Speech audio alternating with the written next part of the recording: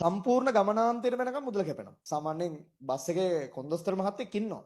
ඉස්සරහට නෑ ඩ්‍රයිවර් මහත්තයට පණිවිඩයක් යනවා එලාම් එකක් එක්ක ඔන්න එක්කෙනෙක් පංච් කරලා දින බහැලා නෑ කියලා. මෙට්‍රෝ බස් සේවාව ආයෙ ඔයාලට කියලා තියන්නම්. ඒක ඊයේ තමයි මම හරියටම කතන්දරය දැනගත්තේ. මගේ යාළුවෙක් තමයි මෙට්‍රෝ බස් සේවාවේ ඊයර ඇවිල්ලා කතා කරපු ආයුෂ්මන්ත කියන අයියා. එයා තමයි ඒකේ ප්‍රධාන මේන් ඉංජිනේර් අතරම කිව්වා. ඒ ඩිසයිනින් පාර්ට් එකේ ඉංජිනේර්. එයාගේ සංකල්පයක් තමයි එතන යන්නේ. ටෙක්නොලොජි කරපු අයියා කෙනෙක් ඈ.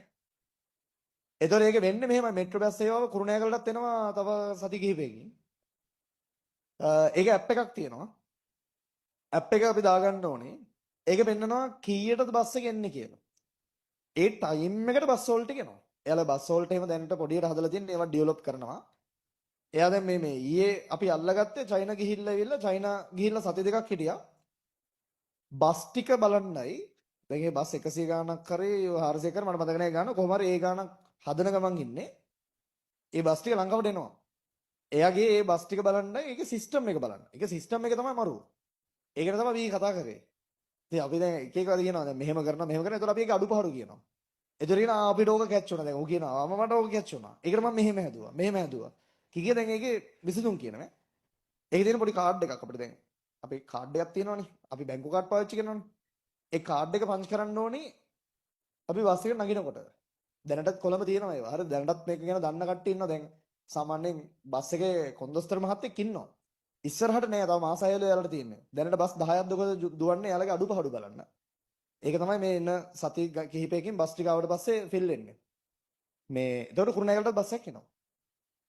මේ නුවරට යන බස් එකක් හරි ඔහොම එකක් කිව්වා. ඒක තව ඉස්සරහට වැඩි දියුණු වෙයි. අර සාමාන්‍ය සිංගප්පූරු සීන් එක තමයි දැන් ඌ සිංගප්පූරු ගිහිල්ලා මැලේසියා ගිහිල්ලා චයිනා ගිහිල්ලා ওই රටවල් තුනේම ගිහිල්ලා බලලා තියෙන සිස්ටම් එක. යාලා යවලා තියෙන ඒ ප්‍රොජෙක්ට් එකට. ඊපස්සේ ගිහිල්ලා ඒ බස් කම්පැනිත් එක්ක කතා කරලා සිස්ටම් එකට දැන් මට අපිට ඊයේ ෆොටෝ පෙන්නනවා.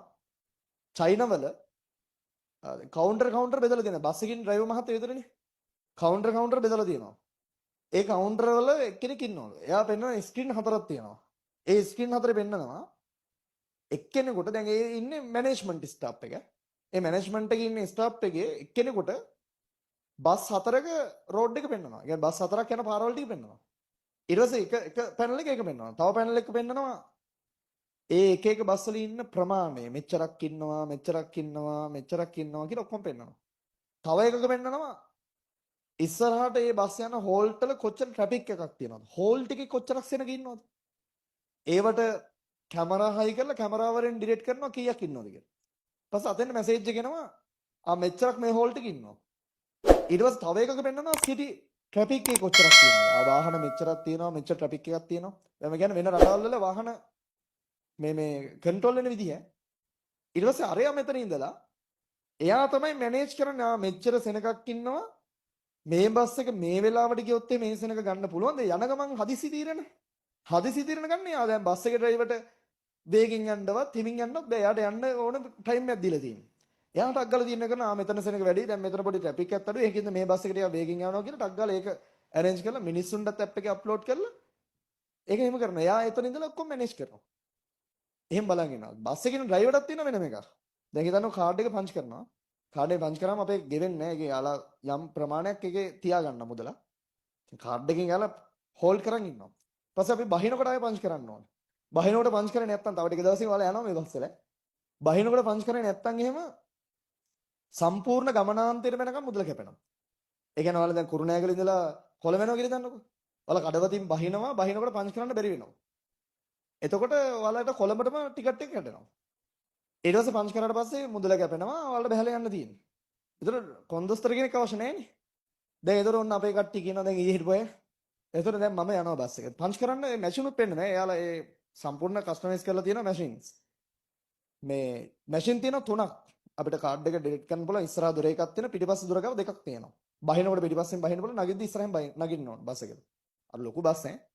එතකොට දැන් ඔන්න අපේ එකේ කහනවා දැන් මම යන්නේ අපි හිතමුකෝ හෝමාගම ඉඳලා කොළඹට කියලා. මම විජේරාම හරියෙන් පංච් කරනවා. පංච් කරලා ඉවරලා මම ඉඳ ගන්නවා. ඒතර මගේ දැන් නැගලා ඉවරලා විජේරාමෙන් බහින විදිහට පංච් කරනවා. ඊපස්සේ ඉඳ ගන්නවා. එතකොට දැන් විජේරාමයට එනකන් විතරයි ටිකට් එක කැඩෙන්නේ. හැබැයි කොළඹින් තමයි බහින්නේ. එහෙම කරොත් එතන අරු කියන නෑ. එහෙම කරන්න බෑ. සෙන්සර්ස් ගහලා තියෙනවා කියන දැන් එයා පෙන්නන්නේ නෑ. දැන් එයාලා ඒ කලින් ප්‍රශ්නේ හිතලා. මෙන්න මේ සෙන්සර්ස් හයි කරලා තියෙන්නේ උඩින් ඩිරෙක්ට් කරනවා කී දෙනෙක් බහිනවද කියලා. ඒ වෙලාවෙම කැල්කියුලේට් කරනවා කී දෙනෙක් පංච් කරාද කියලා. බහින ගානට වඩා පංච් කරපු ගාන වැඩි නම් ඩ්‍රයිවර් මහත්තයාට පණිවිඩයක් යනවා එලාම් එකක් එක්ක ඔන්න එක්කෙනෙක් පංච් කරලා දින බහැලා නැහැ කියලා. එතකොට ඩග්ගල් ඩ්‍රයිවර් මහත්තයා කවුද කියලා ඒ ඩ්‍රයිවර් මහත්තයාට පුළුවන් ඔක්කොගේම කාඩ් ටික පංච් කරලා යන්න. එතකොට එයාට අඳුර ගන්න පුළුවන් කවුද මේ පංච් කරලා බහැපු නැති කෙනා කියලා. අන්න ඒ වගේ හදලා තියෙනවා.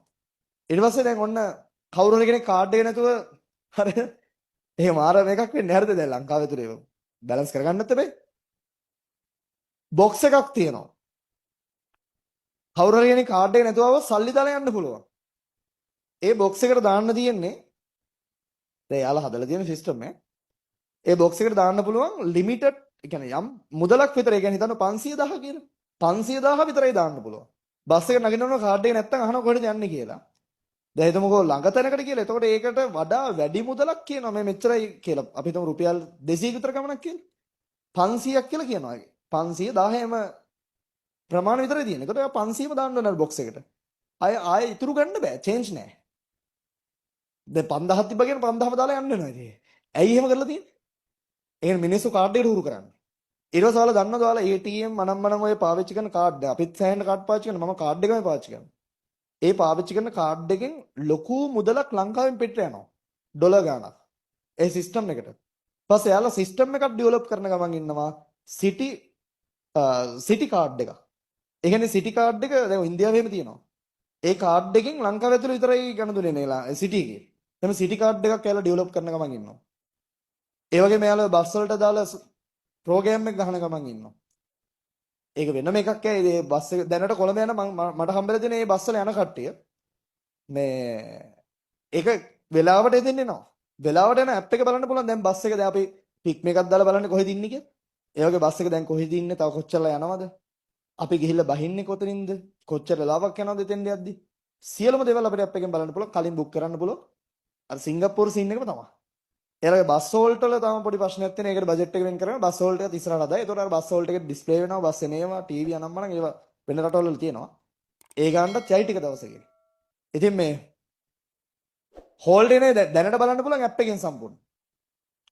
අර දැනට ඇප් එකෙන් බලන්න පුළුවන්. හෝල්ට් එක තාම යාලා ඩෙවලොප් කරන්නේ නැහැ. හෝල්ට් එක සාමාන්‍ය විදිහට තමයි තාම ගහන්නේ. මොකද ඒක ලොකු කොස්ට් එකක් යනවලු.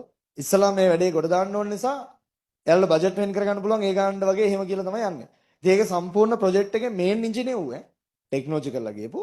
දෙයිය කතා කරේ. මේ දැන් එහෙම නැත්තම් මට මේ ප්‍රසිද්ධිය කියන්නත් බෑනේ. අපි ඔන්ලයින් ළමයි ඉතින් ඉන්නවනේ මේකේ. මේන් ඉන්ජිනේර එයාලා ගොඩක් අයකින් උදව් අරගෙන ලස්සන ප්‍රෝග්‍රෑම් එක දුවනවා වෙන රටවල් එක්ක සංසන්දනය කරලා. ඉතින් මෙහෙම හිතන්නකො අපේ ලංකාවට හයිවේ එක එනකොට ලංකාව තිබ්බතෙනින් අඩියක් ඉස්සරහට ගියා වගේනේ හයිවේ එකෙන් ඇත්තට මිනිස්සුන්ට මාර පහසක් ආවනේ. අන්න ඒ වගේ එකක් ඕකෙන් එනවා. ඒ වගේ එකක් විශේෂයෙන්ම මේ බස් සේවාව ආරම්භ කරලා තියෙන දැනට සිටි කොළඹට අදාළව. හැබැයි කොළඹෙන් පිටට මේ පාර එනවා. ඊට පස්සේ මුළු ලංකාවට මේයි. ඒක වටිනවා ඉතින්. ඒතර ගොඩක් ට්‍රැෆික් අඩු වෙනවා, මිනිස්සුන්ට පහසුයි, බස් වල මිනිස්සු යනවා බය නැතුව. පොදු සේවා.